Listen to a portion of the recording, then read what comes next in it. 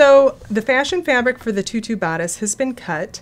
We're using actually a marriage of two layers. One layer of bengaline, which is a firm opaque layer of fabric, and we wanted just a hint of shimmery color, so we're covering it with a sparkly organza. So those two fabrics are the fabrics that will be used together as the fashion fabric.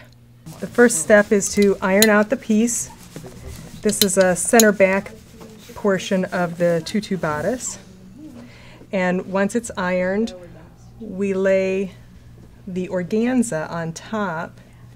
The organza is a thin layer of shiny fabric that's translucent. And you can see that it was crooked when it was cut. So that's why part of the reason we cut with a good amount of seam allowance, so that those corrections can be made.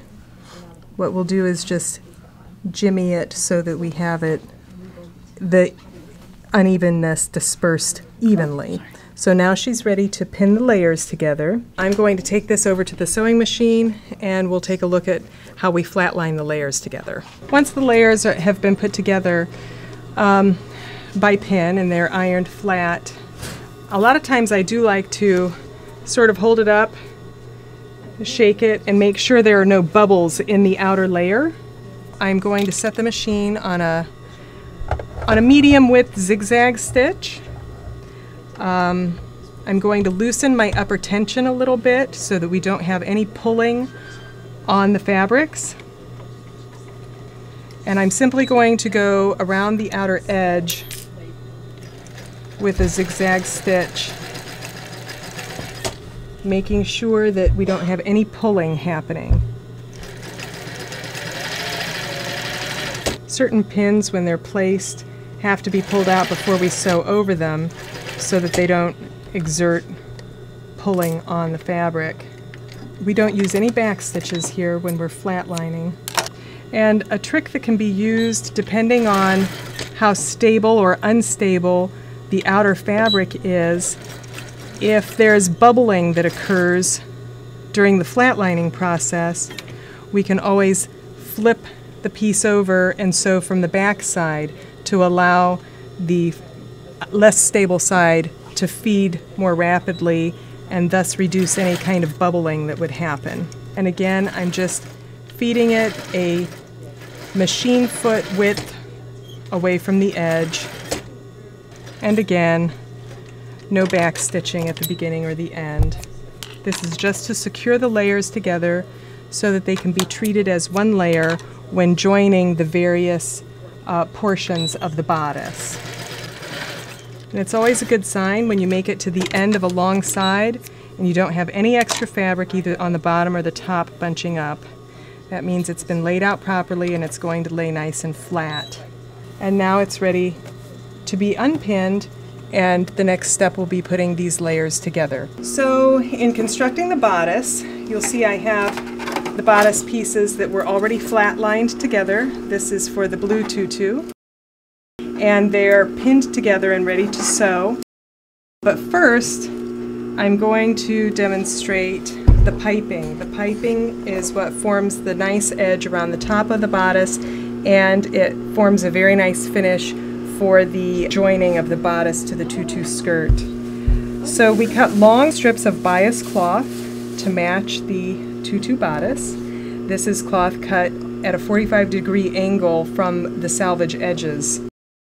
That way it has the ability to stretch and bend and give a very smooth finish.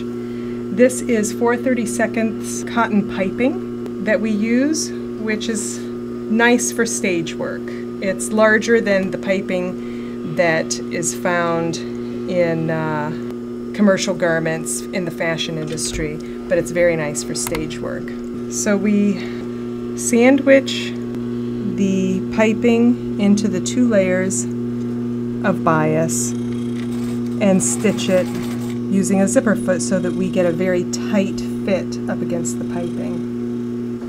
At the beginning, I noticed that there was a little bit of wrinkling, which meant that the bottom part of the bias was feeding a little faster through the machine. So that's why I'm securing the bottom 2 layers and tucking the top layer and using my fingers to help feed it more evenly so that we have a smoother line of piping. This can't be rushed. There's no way to do it fast and have it look nice. Now I'm nearing the end of my bias strip of cover.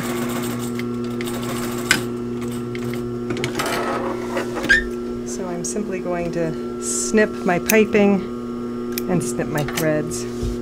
So you'll see we have a nice, fairly tight line of covered piping. Now you'll notice here at the beginning I have a twist, and that's where the top edge was feeding faster.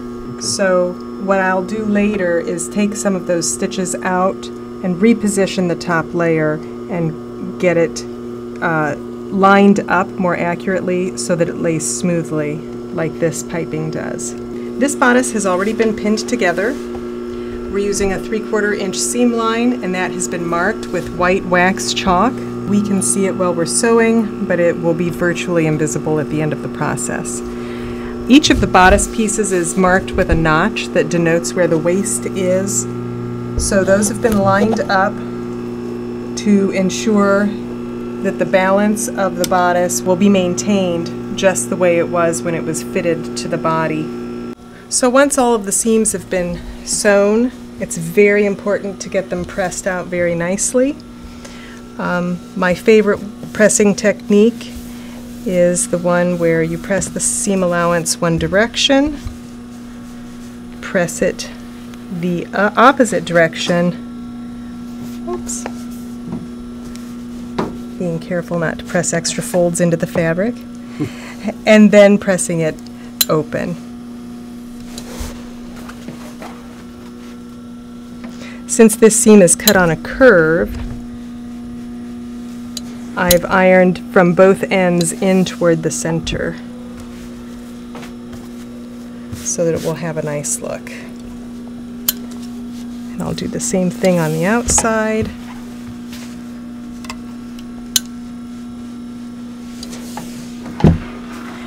And you continue this process until the entire outer of the bodice is completed. The next step is to work on the lining of the bodice. And again, being careful to follow the seam line that has been marked so that it's consistent.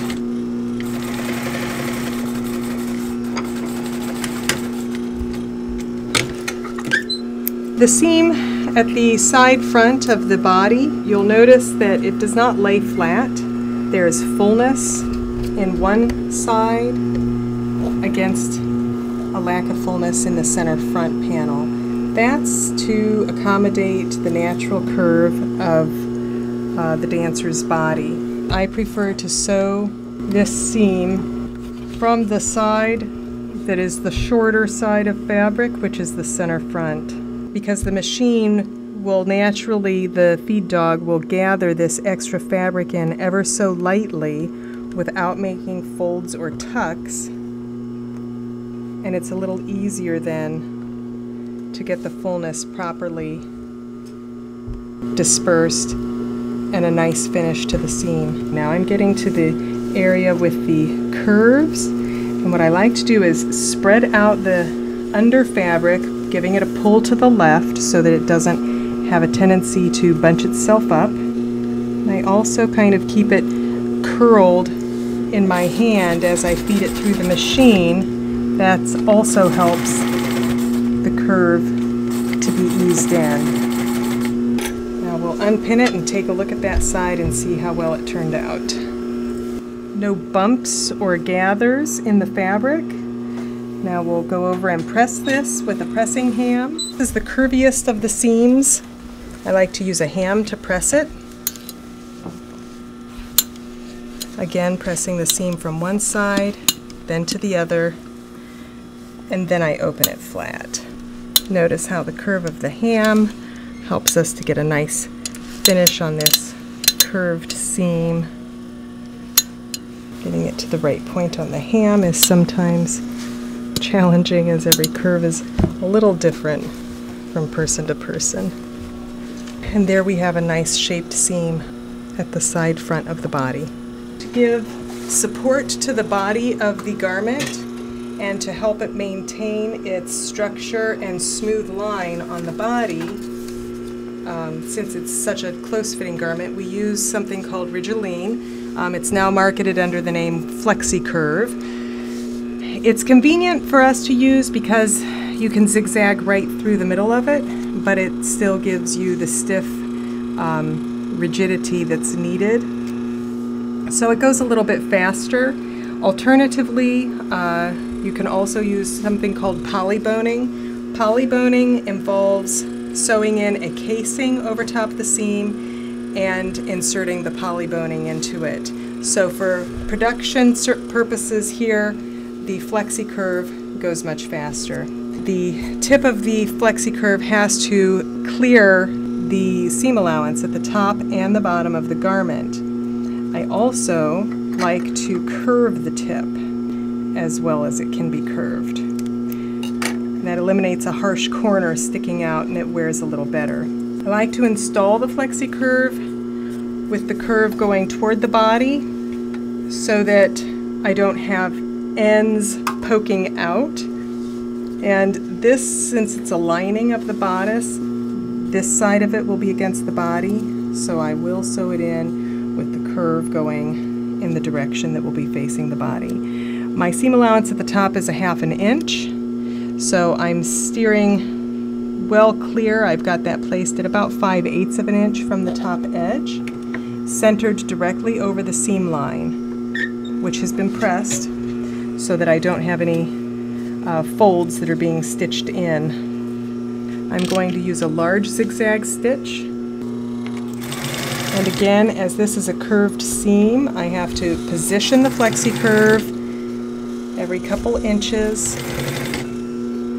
Make sure I'm exerting pressure on both sides of the fabric to make sure that nothing's folding under while I'm stitching. And now that I've come to the end, right about there is where my 1/2 inch seam allowance is going to be, so I'm going to snip this off. And then I'm going to give it a curve.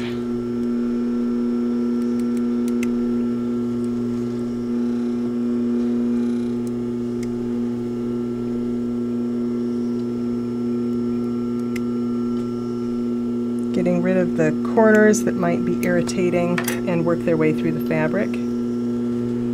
And I'm going to finish stitching that in, being sure to back up over the end of it. Now we've got a nice stiff line that will not crunch when the body is in it, and that will go into the bodice when the bodice is finished.